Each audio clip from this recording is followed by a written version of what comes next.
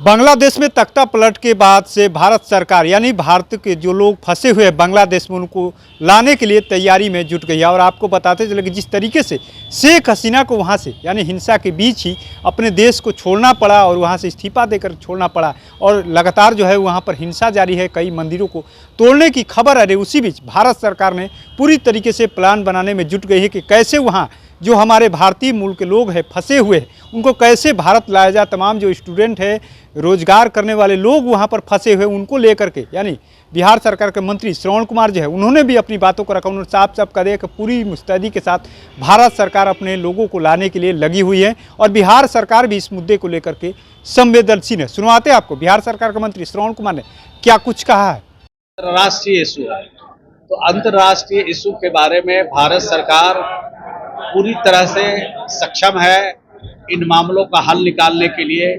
और आपने देखा कि यूक्रेन में जब बिहार के बच्चे फंसे थे तो बिहार के बच्चों को और यहाँ के नागरिकों को किस तरह से निकाला गया, लाया गया भारत। और उसी प्रकार से चाहे किसी भी देश में अगर कोई इस तरह की दुर्घटना होती है तो उसके लिए भारत सरकार सक्षम है और भारत सरकार अपने स्तर से कार्रवाई कर रही है। और जहां तक बिहार का सरकार की सवाल है, बिहार के मुख्यमंत्री बिल्कुल इन मामलों में बिल्कुल संवेदनशील रहते हैं।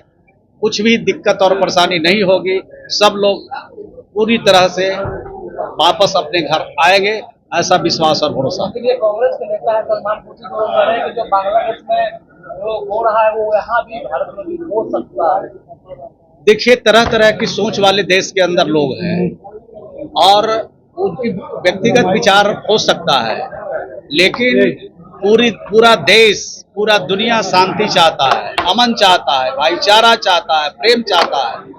और ये संदेश भारत से जाता है तो निश्चित रूप से बड़ा पैगाम है और उस पैगाम को सब लोग अच्छा समझते हैं, नेक समझते हैं और उसको अपनाने की कोशिश करते हैं। नेता संजय सिंह ने कहा है कि जिस तरह से वहाँ तानाशाह चला रही थी शेख हसीना, उसी तरीके से भारत में भी जो नरेंद्र मोदी की सरकार है वो तानाशाह है। अब उनका व्यक्तिगत विचार है। देश मोदी जी के नेतृत्व में आज 11वां साल चल रहा है। तीसरी बार देश के प्रधानमंत्री जी ने प्रधानमंत्री की शपथ ली है। कहीं से तो इस तरह की बात नहीं है, लेकिन जो जिनके ऊपर कुछ भी कार्रवाई हो रही है तो उनको तो लगता होगा कि ये सरकार जल्दी चली जाए, ये सरकार बिल्कुल ठीक नहीं है। तो आप गलत काम कीजिएगा और उसका उदाहरण दूसरे स्वरूप में आप ले जाइएगा। इंटरनेशनल इशू को आप लोकल इशू बनाने की कोशिश कीजिएगा तो कहीं से उचित नहीं है। लेकिन बीजेपी के लोग बांग्लादेश की घटना के बाद वो पूरे देश में सीए एनआरसी लागू करने की बात कर रहे हैं। अरे भाई, अभी जो घटना हुई है उसका पटेछेप करने की जरूरत है, उसमें नमक छिड़कने की जरूरत नहीं है। शांति बहाल हो, अमन हो, शांति हो, भाईचारा हो, प्रेम हो, इसकी जरूरत है। और अभी दूसरी बात चलाने की कोई आवश्यकता नहीं है मेरे समझ से।